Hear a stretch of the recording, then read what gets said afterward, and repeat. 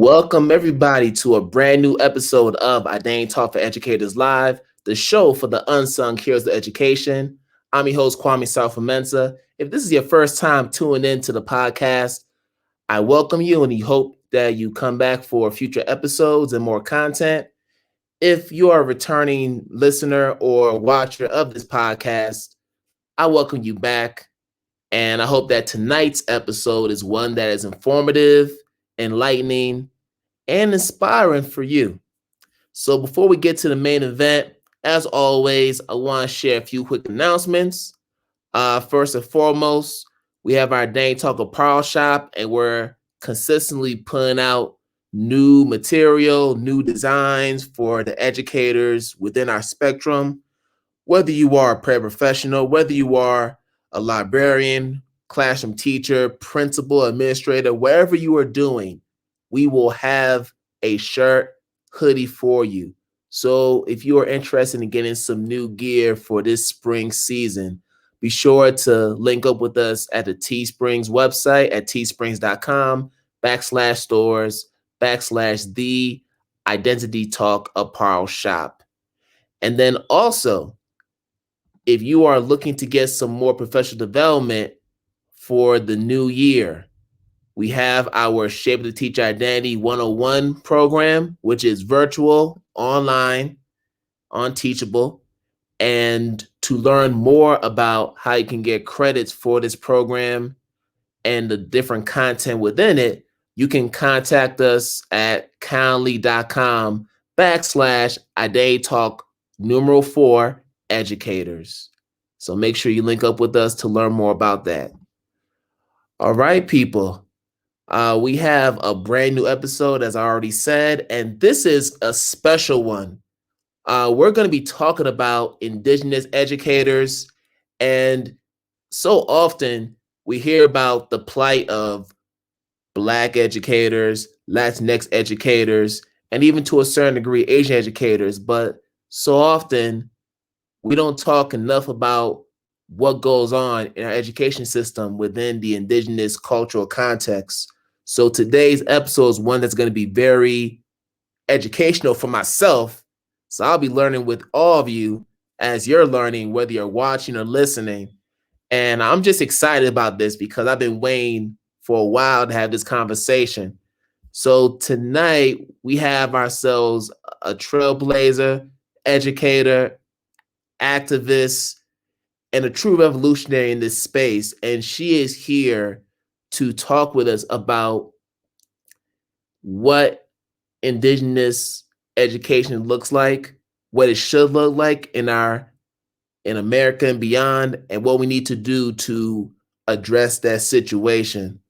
So without further ado, I want to bring on Mrs. Trisha Moquino to the podcast to talk with us. So let's bring her on. Hi. Hi, Kwame. Thank you. How you doing, Trisha? I'm good. Just grateful for life. Grateful for children. Yes, it's a blessing. They are all a blessing. But it is an honor to have you on. And I am very much looking forward to this conversation. So much to go into. But to get us started, it's a basic question that I ask all my guests, just to tell us a little bit about yourself and what ultimately brought you into the field of education. What brought me into the field of education, I think probably started with being able to see my own mother as an educator. My mom is a first-generation college graduate. My father had passed away in 1979 when I was almost 5 years old.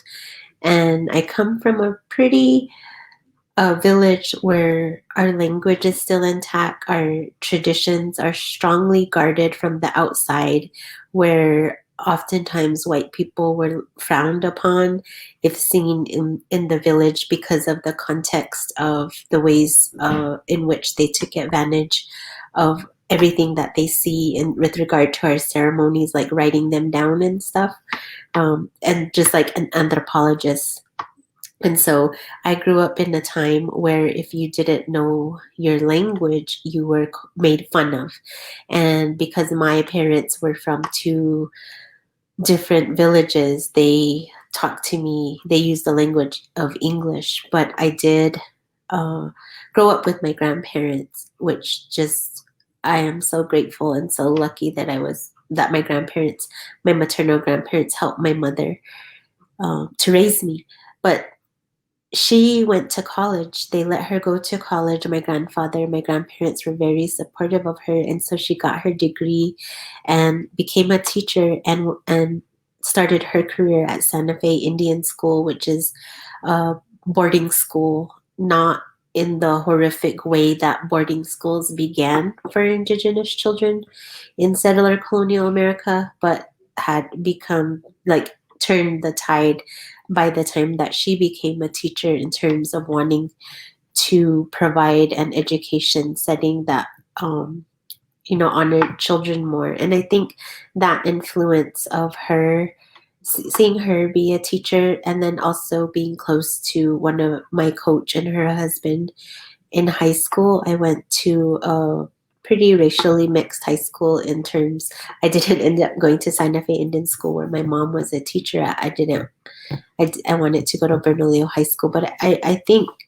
often about why I did become a teacher, and I really feel that I have a deep love for my people and I have a deep love for children and I care about their learning, and I've always felt that the education that we were receiving really was not, there was no culturally relevancy to it. I mean, I did well, but it doesn't mean I was happy. I felt like we should have been learning, we should not go to school and just have to assimilate. We should be able to keep a sense of who we are as people, as children, as students. And that part of me was never so supported. So those are some of the reasons why I wanted to become a teacher, and also the encouragement from our elders to get an education, because the way that they saw it was when you learn white men's way, white men's education, then we're able to better protect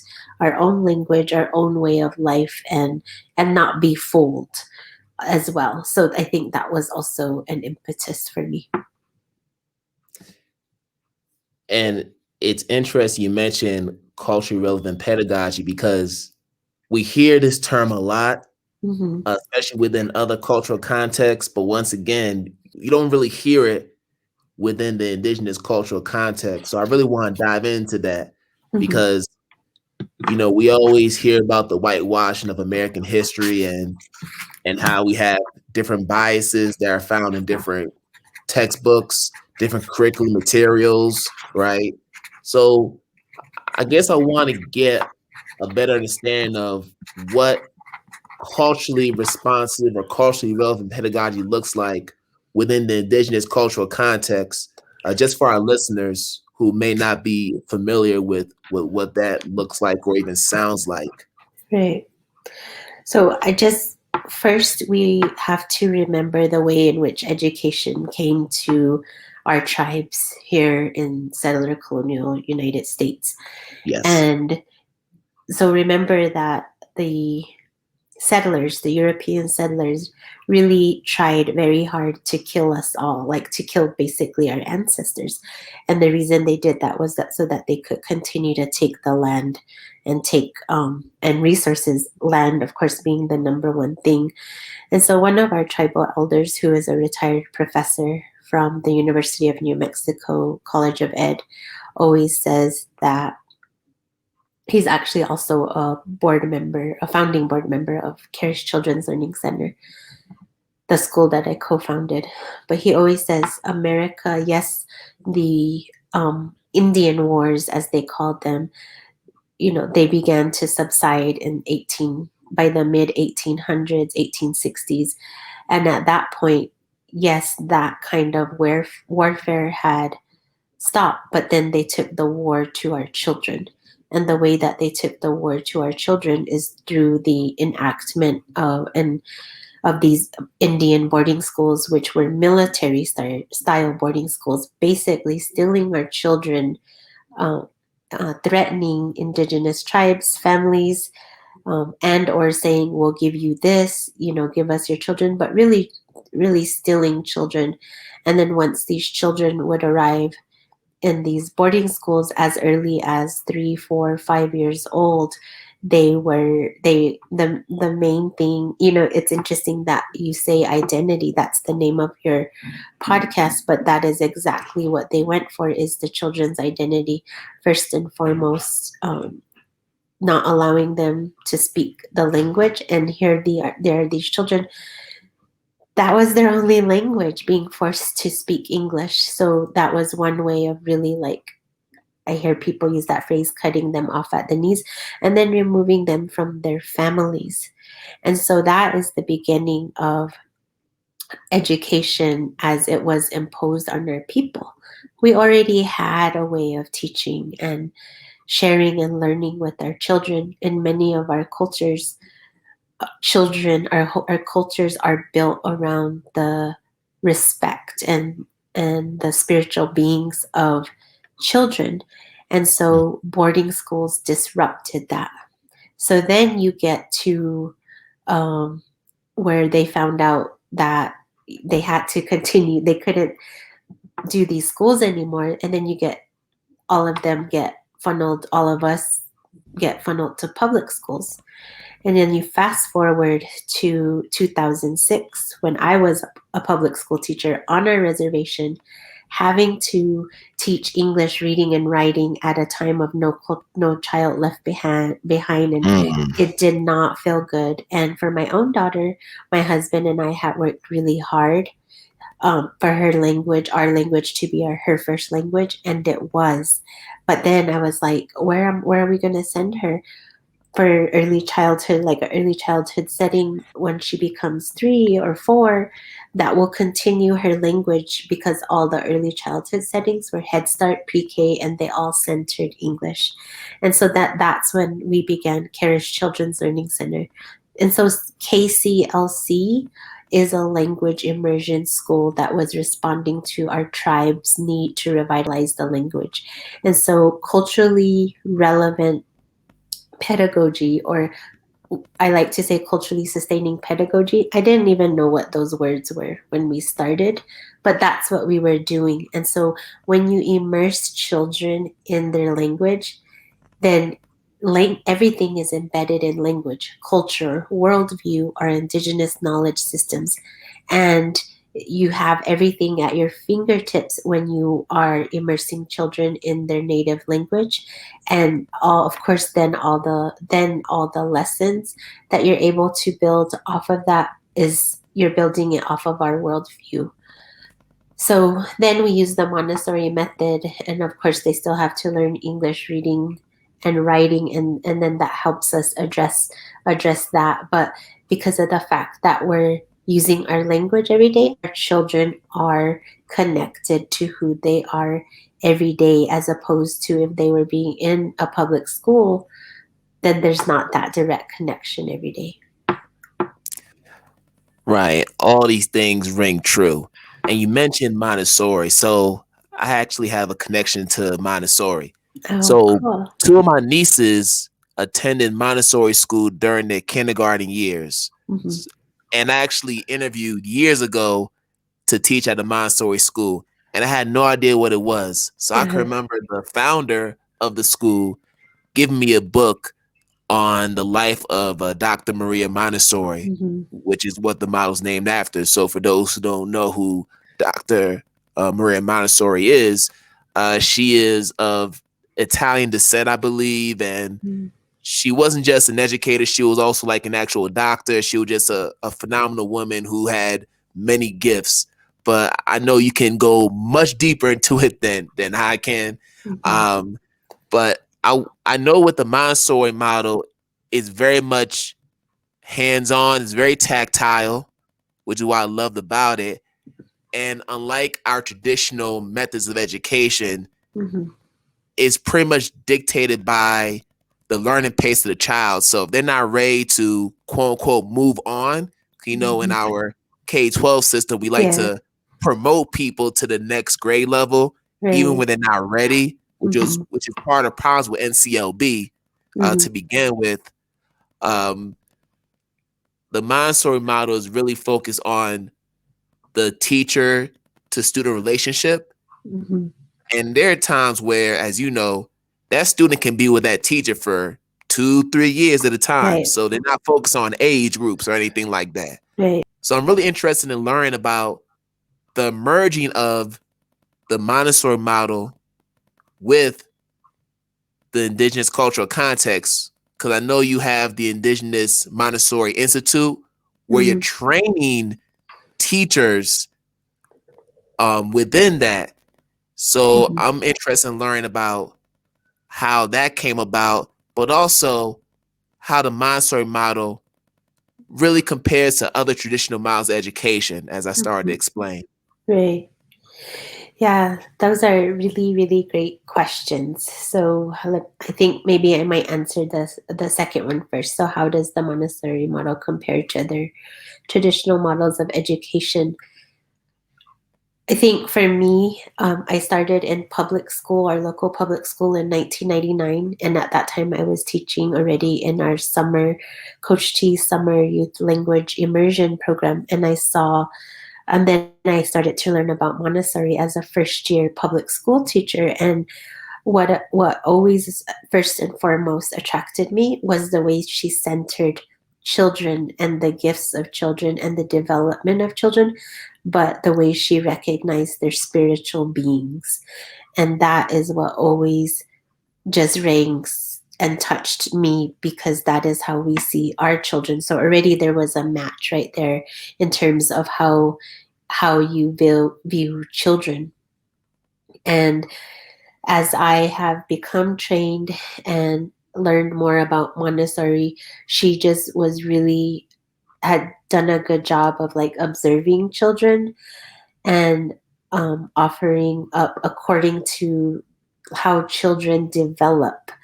And a lot of the things that she talked about in terms of like the hands are the instrument of a person or a human's intelligence, the importance of how she knew that children, even though they're not talking yet, but they're absorbing everything from the environment. And now, when they get to age 3, now we need to provide a prepared environment with things that they can that things that will then connect to all their prior experiences. And so the tactile piece is really what spoke to me as well, because of our language revitalization efforts and trying to reteach our language. And here is already this prepared environment, and here is the materials in it, and you just talk to children naturally. That to me, that was already a possible tool that we could use to help us in our language revitalization efforts, as opposed to, and so it's really child-centered, as opposed to traditional education, public school education, Head Start, the dominant narrative of early childhood, where that is really based, that is not it's not child-centered, it's teacher-centered, it's school readiness centered, as opposed to human development centered. And I feel like that's the major difference right there. And so for Keres Children's Learning Center, we opened the school in fall of 2012. So September 19th, 2012. We're in our 9th year. And it took us 16 years to open. And we opened in partnership with our tribe of Cochiti, with the permission of our tribal council. And I just wanted to say real quick, there are over 560 tribes in the United States. So we're not like a monolith. I just want to be careful that even though we have a lot of the same values, we're still different sovereign nations. And so we couldn't open without the permission of our tribal leadership. But what we already recognized is that we would need to train teachers the way we needed them to be trained in language revitalization techniques, dual language education, and Montessori. So we knew we couldn't send them to UNM or CNM, because they would come back to us and we would just have to retrain them, which I want to acknowledge Dr. Mariana Soto Manning out of Columbia Teachers College, and the way she says that we, to this day, teacher education programs are still rooted in white supremacy. And I just had a Dr. Bree Pekara on the show who talks about disrupting whiteness in teacher education. And she mentions this very concept, which is still very much profound in too many of our teacher education programs. But what's interesting about the Indigenous Montessori Institute is that it accounts for the fact that in early childhood, that age level, that's the best time for children to pick up languages and to pick up words and vocabulary. Right. Like, I'm looking at my son who's learning Spanish just like that, and he's only 3 years old. And that's because my mother-in-law is from Panama. So so Spanish is a first language. So whenever they talk on the phone, she's always speaking Spanish to him. And it's so interesting how he's able to pick up the language so quickly. And then for me, I'm almost pushing 40 years old. I'm struggling. I'm just struggling to pick it up. So I think from a developmental standpoint, it works perfectly. And then with the Montessori piece, so often in our traditional K-12 systems, we talk about project-based learning or experiential learning, right? But when you look at the Montessori model, it's very much that because of the fact that it's hands-on and you're doing all these different things. Right. But so often we're pressured to get kids prepared for a test that we know are culturally biased and don't speak to our identities, you know, in this country and beyond, right? So I think that the Indigenous Montessori Institute is something that is necessary, and it centers the experiences of Indigenous people for sure. Yeah. But I feel like there should be models like that for other cultural groups as well, if we're really going to, you know, think about this process of deconstructing and dismantling teacher education. So I just want to hear more about your thoughts on that. Yeah. So Montessori has some of my colleagues, Amelia Sherwood, she's a Black Montessorian from Connecticut, and she calls herself the dreamer of Sankofa Learning Center. And then Brett Hawthorne is one of my friends. Tiffany Jewell wrote this book is Anti-Racist. Katie Kitchens, Aize Sabater, you know, those are all my Montessori BFFs. But this is them teaching me, giving me these words that Montessori has the ability to liberate, right? It's liberatory. But who has always had access to Montessori? And it has not been marginalized people or children. 84% of the U.S. teacher workforce is white. And so we know in Montessori teacher education, we know that at least 95% of it is white. There's not a lot of Montessorians of color. But for us, again, it was about creating a teacher pipeline for our people that we could create our own teacher pipeline, starting with early childhood. This coming year, we are really grateful to the Southwest Institute of Montessori Studies, who is our partner and does provide the Montessori training. And with that, we pair the philosophy of Indigenous education.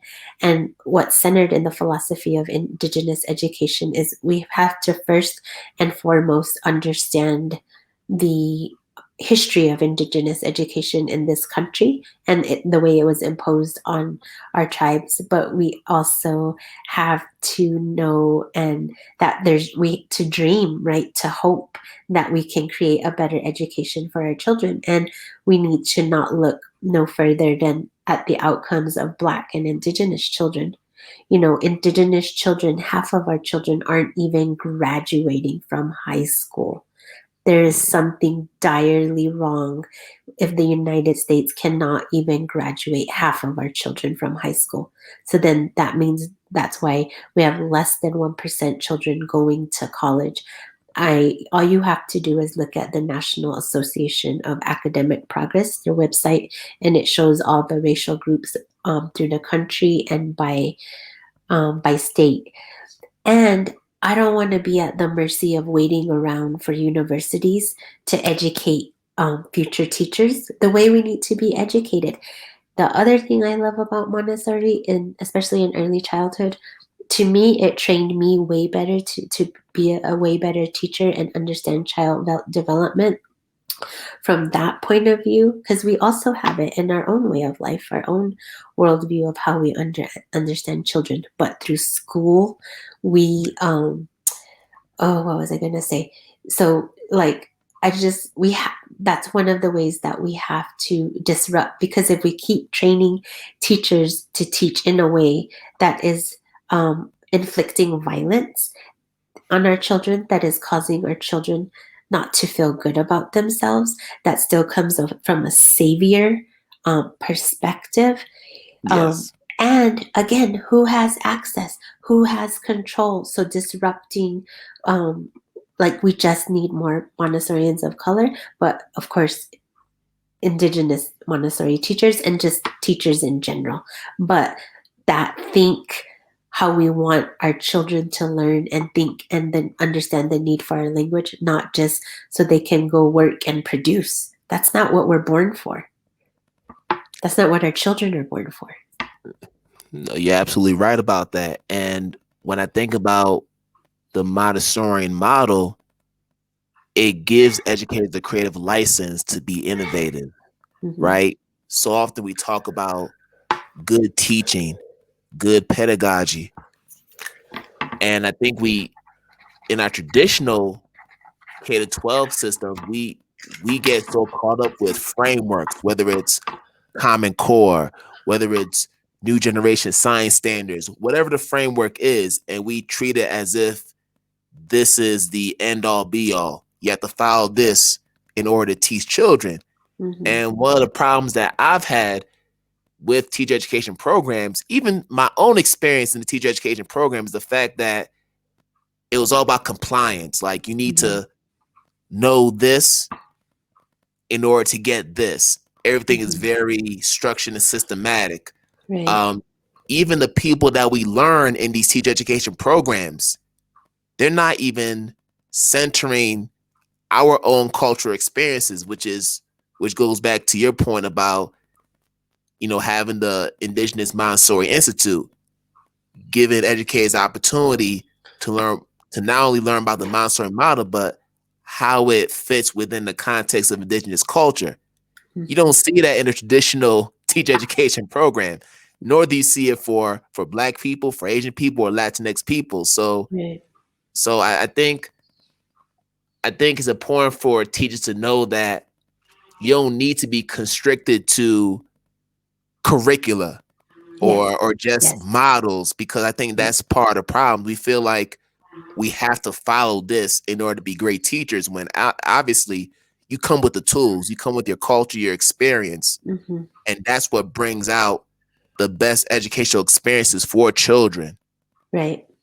And coming with love, right? When you have a love for children, when you have a love for your people, that is almost like, in a way, the basic thing and the most important thing. Because part of what's wrong with traditional education is we don't trust children, right? That's why there's so much control. Like there has to be that control. But when you trust children, my own people believed that children self-construct. And then Montessori, the same thing. Like, we trusted that when the child is ready to learn the corn dance, they'll learn it when they're ready. They'll participate when they're ready. We're not going to force them like organized Christianity, organized religion. That's one thing that was told to me from my grandparents and my aunt, my mom, my mother-in-law, like, don't force the girls to dance. They'll dance when they're ready. Right. Children will read when they're ready. But do we allow that for them in traditional schools?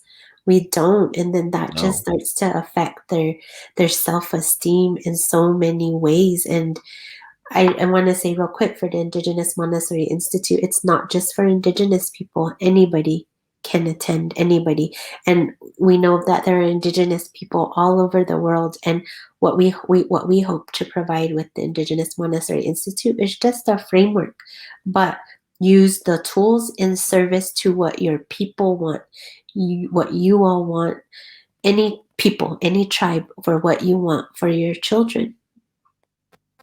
Right. And I think the key word there is framework, Mm-hmm. right? Mm-hmm. Meaning that it's a template that Yes. can be customized to your particular context. Yes. So going back to teacher education, we all have practicums, we do our student teaching semester, Mm-hmm. and then we go into the classroom the very next year. Mm-hmm. And we're coming in with what our mentor teachers taught us, and we haven't quite figured out who we are as educators.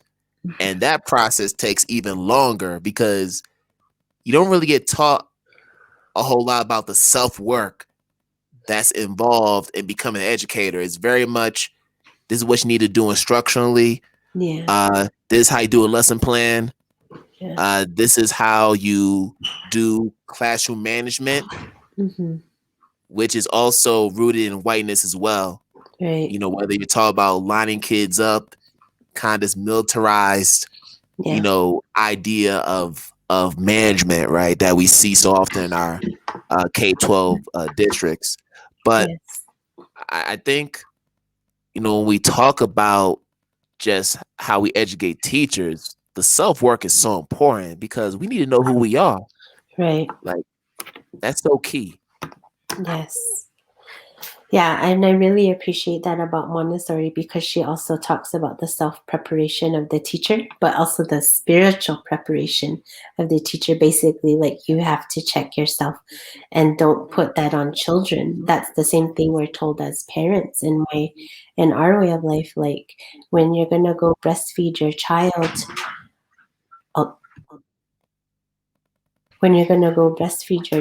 don't take your bad thoughts with you. You breastfeed with good thoughts.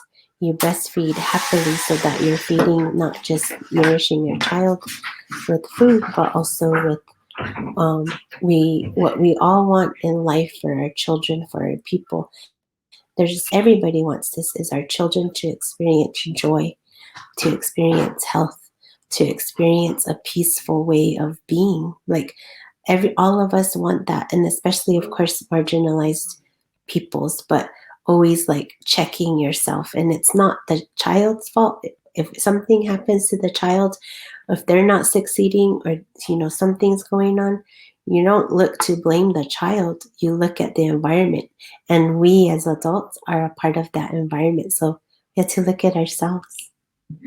Yes, we do.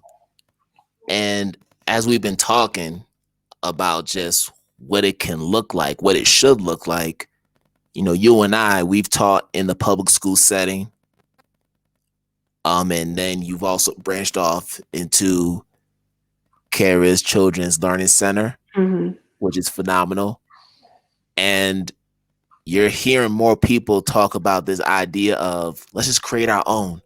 Mm-hmm. We already know that this school system, which is rooted in whiteness and white hegemony, is not designed for us in the first place. We know that. But let's imagine. Let's Mm-hmm. reimagine for a second. I hate to use that term because that term's been appropriated so much, but let's use it Mm-hmm. for this Yeah. question, right? In a utopian world, what specific actions should traditional school districts take to center the cultural, historical, and lived experiences of Indigenous people in K-12 education and beyond with fidelity? So, Mm-hmm. like, doing the work for real. Mm-hmm. Before I answer that question, I want to just give a shout out to the director of the Indigenous Montessori Institute, which is Tracy Cordero. And her and Mara Madison helped. We did it all together to create that with our partners. But to your question, everybody needs to acknowledge settler colonialism. Everybody needs to acknowledge that here in settler colonial USA, that Keres Children's Learning Center, we should not have to be having to raise money for KCLC to fund it, but we do. But any money that anybody has in the United States, any corporations, any foundations, state, federal government money, that is our children's money. That is our children's resources. And it was taken. So when is truth ever going to be acknowledged around that? And so in that, you ask about that utopian world, teaching truth. And one of the things, going back to Dr. Suina, he says is that as Indigenous people, yes, we are a part of, and we do identify with other marginalized people of color, but we're also different in that we are the Indigenous people of these lands, and we were already a sovereign people. We were already each unto one of us, every single tribe were sovereign nations. So I think I would like to see Indigenous people on any kind of board. I don't care if it's a school board. We need to see Indigenous people on foundation boards.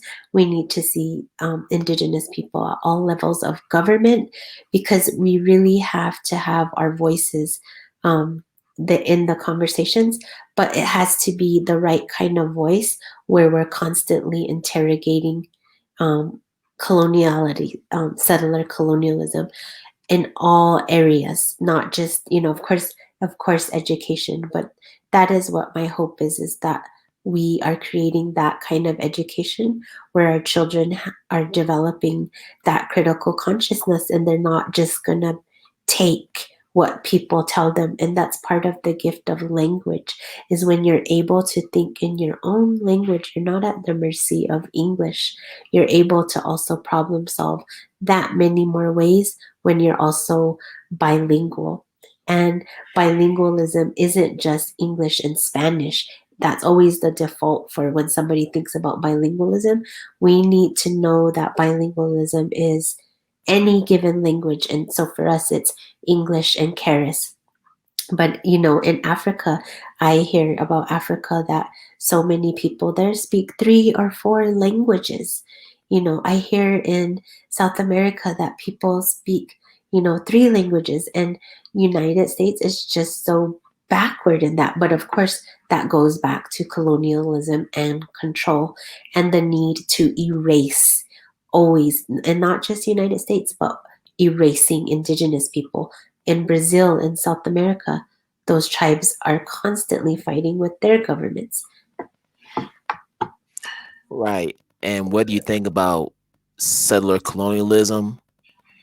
What your thoughts are about it? I mean, in the end, it's cultural redlining when you think about it. Mm-hmm. Like, people are being redlined from their culture.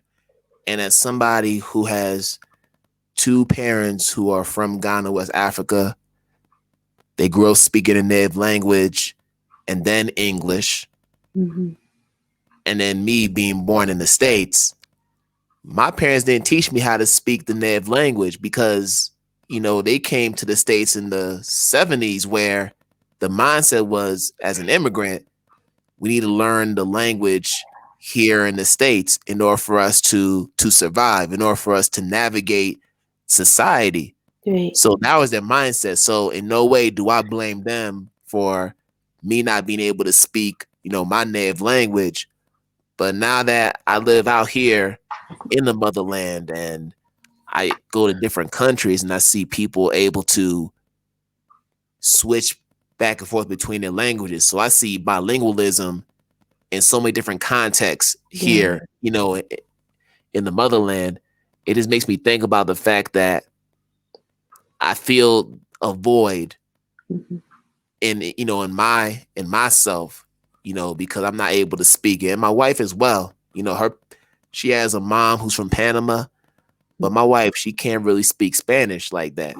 So she's all on Duolingo trying to figure it out right now, and another app. So it's so interesting that you mentioned bilingualism, because you're right. We always focus on English and Spanish, but yet you have all these other languages out there, Right. especially in America that's always considered a melting pot of cultures. Mm-hmm. So there's a lot of people whose cultures are being redlined, and I think it's important for us to definitely touch on that piece. But Can I ask you a question? sure. I don't totally understand redlining. I always hear that term, especially and how it's also used to marginalize and oppress like the Black communities, right? What does that Yes. mean? Or can you explain So that to me? sure. So redlining is just basically a way to separate a marginalized group from a resource Okay. that can better their condition or situation. So when we think about, for instance, Jim Crow, Mm-hmm. within the Black community, you had Black people going to, separate bathrooms that weren't of the same quality as their white counterparts. Mm-hmm. They weren't going to schools that were of the same caliber as the white counterparts, Mm-hmm. right? Even when you think about even housing, it was really popular with housing. Yeah. Whenever there were a lot of Black people moving into a certain neighborhood, Right. the white people who are occupying neighborhoods started to move away. Mm-hmm. So then the value depreciated within those neighborhoods, and then white people went ahead and created their own neighborhoods in another section, right? Right. So redline is just a way to keep the marginalized group away from getting the Okay. resources and the tools necessary in order to better their situation, their condition. Right. So when you hear redlining, it could be in different contexts, but Okay. there's a whole history with Yeah. regard to that. Yeah. Okay. I just been hearing it a lot more lately on the news, but I'm sorry, I didn't mean to distract you from your other question, but that was just running in my head, so I wanted to ask you. Oh no problem. No, this is what this show is about. It's about education. So just as I'm learning, you're learning, listeners and watchers are learning as well. So yeah, please don't hesitate to ask any more questions, right? Okay. I think what was the question I was gonna ask? So this is the big question, right?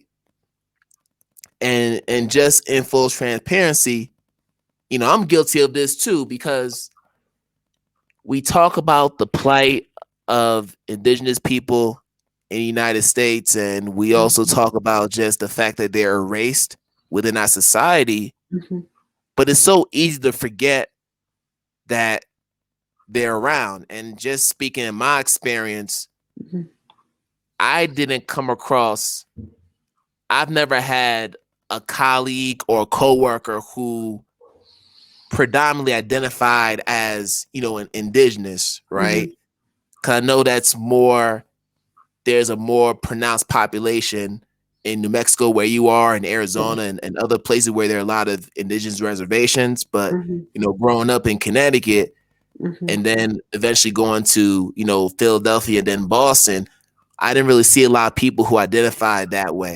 Right. Although I had some colleagues who may have had a percentage of, indigenous blood in them, whether there's Cherokee and whether it's, another tribe, and they said, all right, I identify with that as well. Mm-hmm. So I want to know your thoughts about the BIPOC acronym, because it's been very controversial in different circles, even in our educational circles.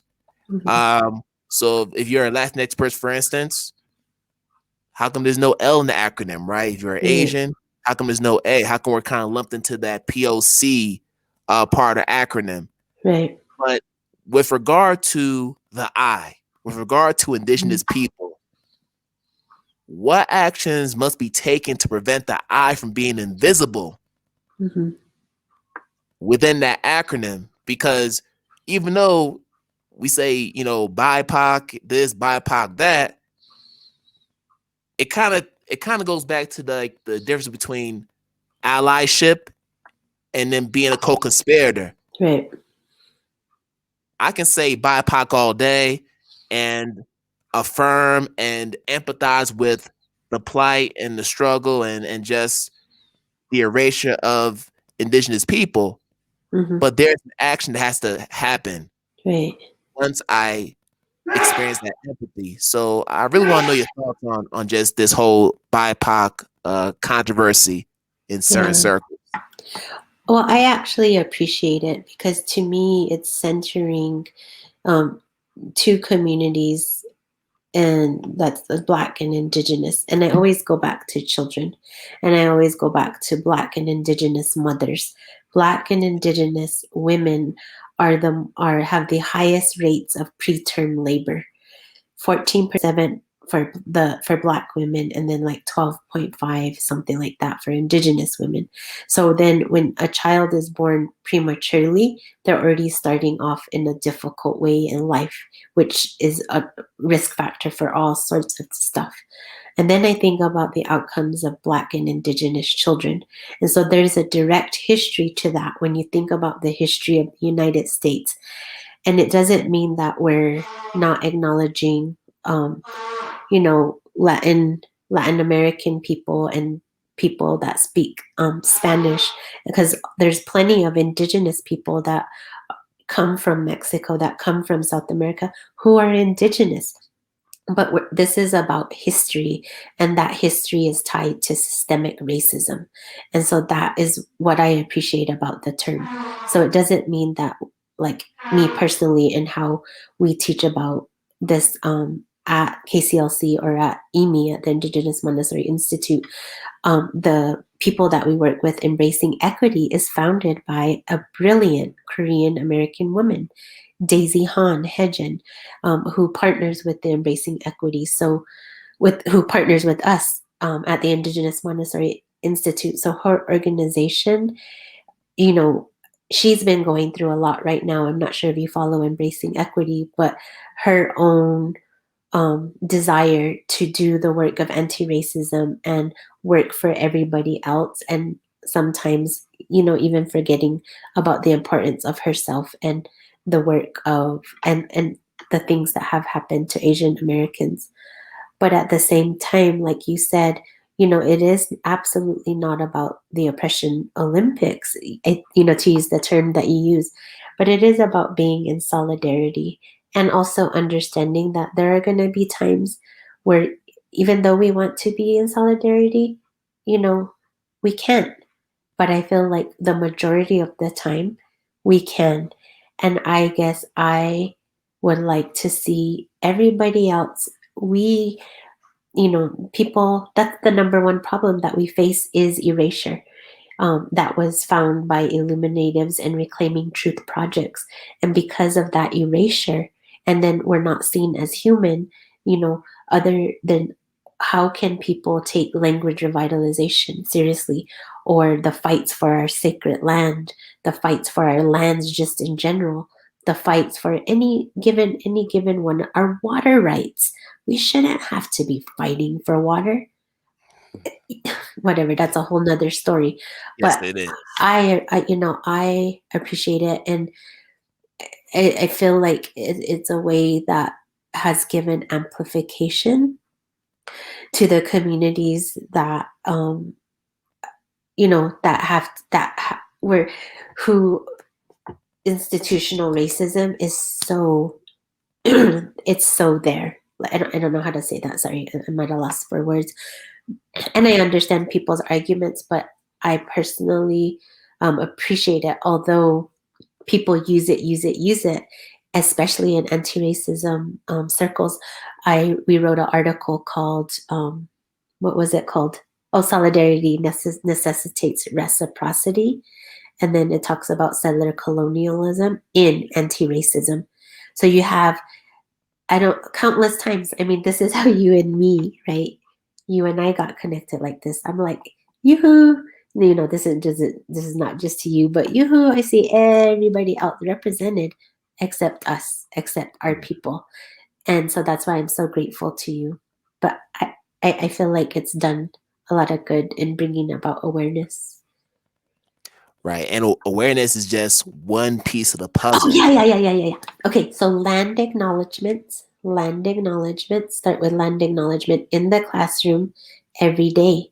Because when you raise that consciousness in children, and then as adults, then people then are remembering, oh yeah, we were not the first people to this land, or there are real. And then what's the action? So one of our friends, he's black, I think he's in Boston somewhere, Jimmy just, but he says that he always acknowledges the land, and then the other day he says he donates to Mashpee Wampanoag's efforts in reclaiming. I forgot. There's some opioid crisis somewhere. I can't remember which. There's a couple bands of Wampanoag. I can't remember which one, but it's so. Then yes, land acknowledgement, and that's not enough. What's the action that can follow? Support. Consider supporting a language immersion school.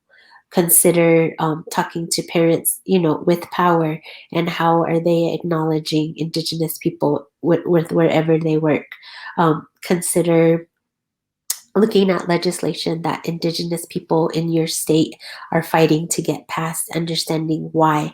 But within the classroom, the most basic thing that every single classroom should be doing is a land acknowledgement, is taking children. Athena Montessori really supported us in our Kilometers for Keres fundraiser. They were just amazing. They're out of Austin, Texas. But what are real actions that we're teaching children to take? Of course, the mascot issue. There's a number of issues: missing and murdered Indigenous women and people. There's just so much.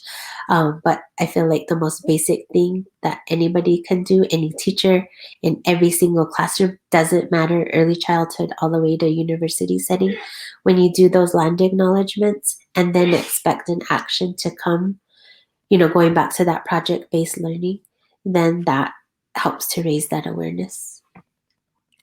And these are all excellent points, which I've been writing down, because I feel like we need to make sure that we get this information to everybody, for sure. But I think what you mentioned in that is the fact that our oppression and just the erasure is the common thread, regardless of where you are. But you also mentioned intersectionality, Mm-hmm. right? And this goes back to what you mentioned earlier about Indigenous people, not being monolithic, right? Because you have some people who are Indigenous, but they're also Black. Right. You have some who are Indigenous, but they're Asian as well, right? Mm-hmm. So, or whatever combination they are, you can't just silo the different letters in the acronym, because you have to understand that some people might identify with all 5 letters. Some might identify with just maybe 2 of the letters, right? So we always have to keep that intersectionality in mind, especially when you talk about our LGBTQIA 2+ community. Hopefully I get all the letters in there. They also have to play a role in this as well, because that also shapes how we look at different identities. Right. Well, and then that also goes to English, though. Look at these world languages who have dictated, because of the way of the worldview of English, and then the connection to Christianity, and the way that they have said that homosexuality is abomination. So we cannot forget the power of language and the power of colonial languages like English, Spanish, French, Dutch, because in Africa, how many countries were colonized by the French or by the Dutch? And those languages are all related. And then you look at indigenous languages. I don't care if it's in Australia, Africa, China, there's indigenous people all over. And there was a much more humanizing way of seeing people who were different or who identified gender-wise differently. And it's not for me. What I was taught with my grandparents is, it's not for me to say whether I agree with how you identify. You're a human being. My grandpa always used to say, when I cut your skin open, you still bleed the same blood that I do. But we Yes. know that racism is a construct that was created here that then has gone all over the world, and then the way that racism perpetuated anti-blackness, right? So that African people could be enslaved because they recognized that they couldn't keep enslaving indigenous people because our ancestors were the first to be enslaved here. But we have to remember the power of English and organized religion, and that wasn't always the way, that. And for me, that's why we hold on so hard and we're fighting for our language, because our religion, our way of being, our spiritual way of relating to the spiritual world and other realms is embedded in our language. And that's why that's our push to, like, yeah, bilingualism, of course, yes, that's a given. But we're not worried about English. I'm not worried about Spanish. They have millions of speakers.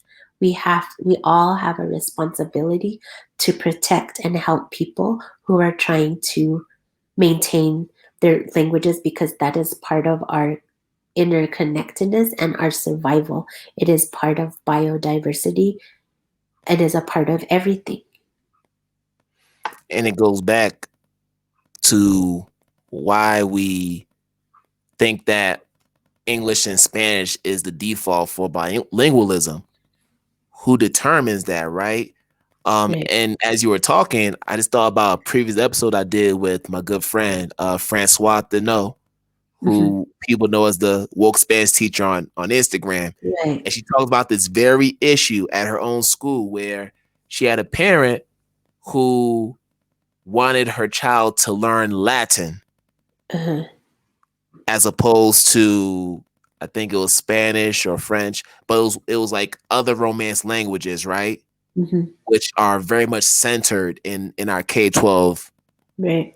districts. We talk about Romance languages all the time, Right. but I think when we talked about that point, her thought was, well, why are we talking about Latin? Like, who speaks Latin, you know, on a day-to-day basis? Latin is good for learning about linkages and stuff, but are you really speaking it like to Right. people on a regular basis? So I think we do need to find a way to incorporate the other languages as well. The indigenous languages, African languages, because if we're going to be talking about anti-racism, let's bring those other languages on. Let's let them be options for people to choose so they can learn, right? Right. And that's a radical move, but that's the direction we need to go if we're going to be very serious about this conversation and this movement. We have to Right. go there. Yeah, we do. So we are approaching the hour. And it's so funny. I always say that these are going to be 30 to 45-minute conversations, but they never are. And I might have to just switch it up. But no, this is great because it just means that there's just so much work that needs to be done, so much more that has to be unpacked when it comes to this conversation. And Mm-hmm.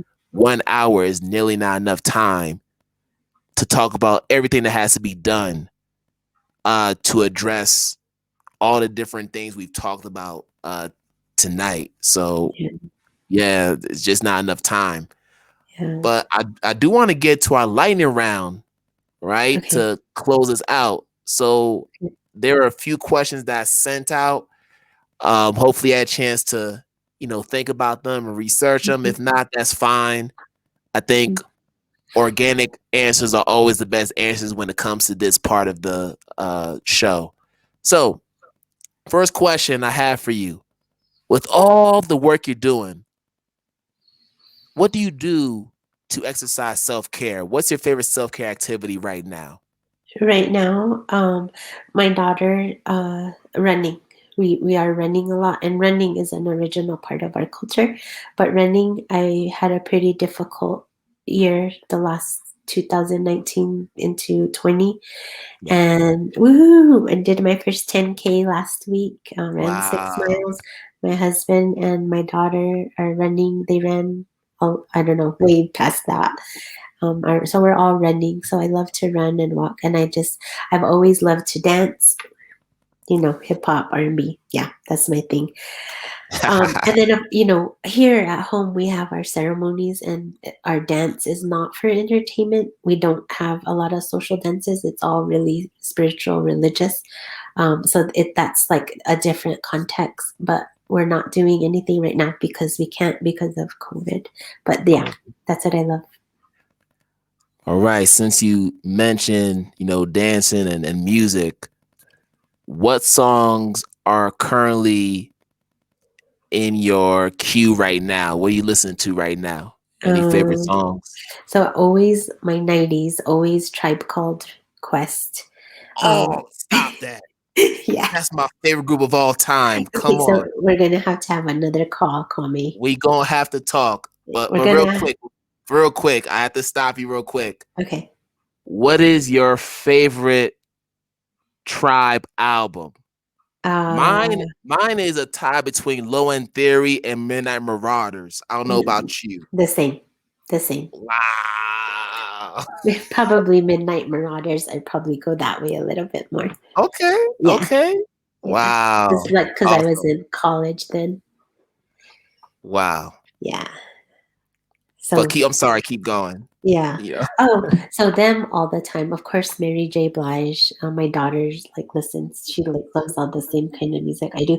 But Jasmine Sullivan. I've recently discovered her music lately. But I don't know how you say this. I don't know if it's the Hotels, but Heux. I don't know. Oh, the play on words. I got you. Yeah, I don't know. Yep.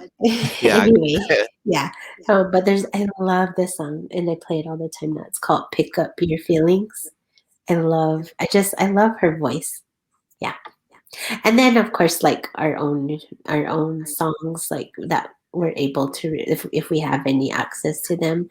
And I forgot I was going to tell you one more. Oh, Tribe Called Red.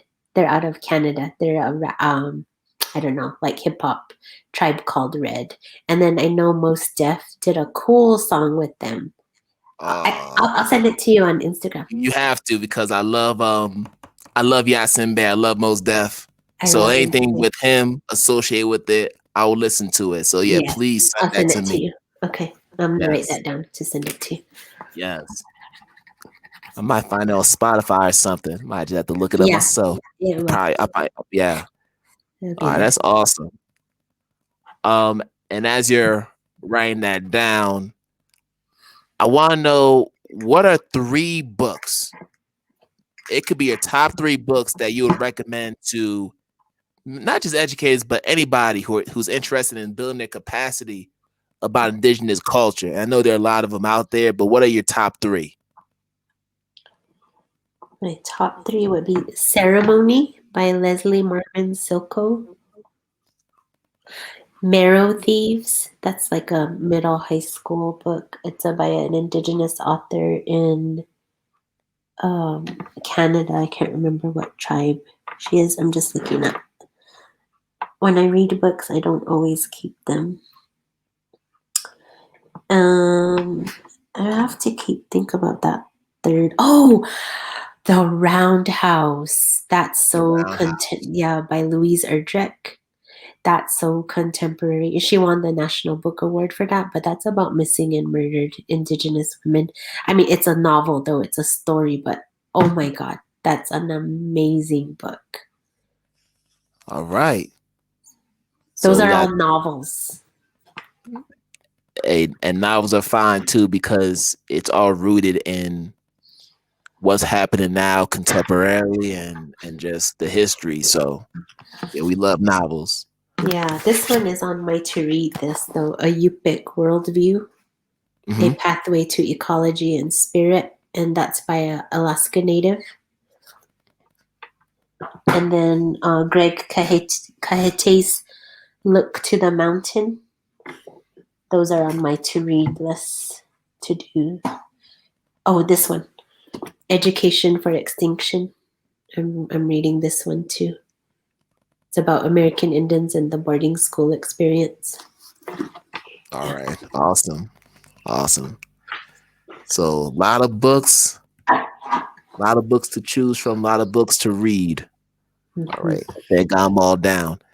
And then my final question for you is if you can invite 3 influential women, because it's still Women's History Month and it's coming to a close, dead or alive, who would they be? Just to here or to the school or just anywhere? Just three women in general. Okay, Wilma Mankiller, and she's the former chief of the Cherokee Nation, but she's the one that did the quote. I don't think anyone can talk about the future of their people or organization without talking about education. Whoever controls the education of our children controls our future. So her definitely. Bell Hooks. That's a popular one. Wilma Mankiller. I think Bell Hooks. Oh, I know. Mariana Soto Manning. She's badass. She's the professor at Columbia Teachers College. Oh, who you talked about earlier. Yeah, she's the early childhood professor. She's I think she's from Brazil. All right, awesome. Mariana Soto Manning. Okay. Yeah. All right. So you got 3. That's 3. Yay. Awesome. But Trisha, this has been a great conversation. We're gonna have to find some time to do it again because there's still so much more to have to unpack. Part 2. Yes. Part 2, but this time you need to let me interview you. Oh, I love being interviewed. You know, I like to ask questions, but you know what? I like to answer them as well. Okay, so then let's plan that one. All right. Yes, please. I would love that. But Trisha, thank you so much for being on the podcast. This has just been a great conversation, and I hope that we have more dialogue along these lines. But before you go, if you can let people know how they can connect with you, maybe even the Keres Children's Learning Center, if they want to learn more information about that, where you are on social media, just so we can continue to support the work you're doing. Okay, so Keres Children's Learning Center is KCLC And then I started a personal website, and there's a lot of resources there on Indigenous education and educators and curriculums. That is www.indigenouscheerleader.com. And then I'm on Instagram with Indigenous Cheerleader and Indigenous Educators. And I'm on Twitter with Indigenous Cheerleader. And then KCLC is at KCLC6 on Instagram and Twitter. And on Facebook is Keres Children's Learning Center. And IMI, the Indigenous Montessori Institute, is under KCLC. Awesome. And people, make sure you check them out. And thank you so much, Trisha. This has been awesome. And we'll definitely do this again. And hopefully we can bring some more people too to talk more about this. Maybe some of the people from the Institute or we'll think of something. Okay. And just know I'm always uplifting you too and your work, and that'll keep happening from our part at Indigenous Educators and Indigenous Cheerleader. Yes, and you have been, and I appreciate all the support, all the amplification that you've done on your end, and I just look forward to continuing to reciprocate that support. Thank you, Kwame. Take care and love to your family. All right. Love to your family as well. Thank you so much. Okay, all right. Peace. Bye-bye. Peace. All right, people. There you have it. Another incredible episode of IDTALK4ED Educators Live. Wow. These episodes just keep getting better and better. But until our next episode, as I always love to tell you all, I wish you all good night, good afternoon, good morning, wherever you are in the world. And we're going to do this again another time. Peace out, people.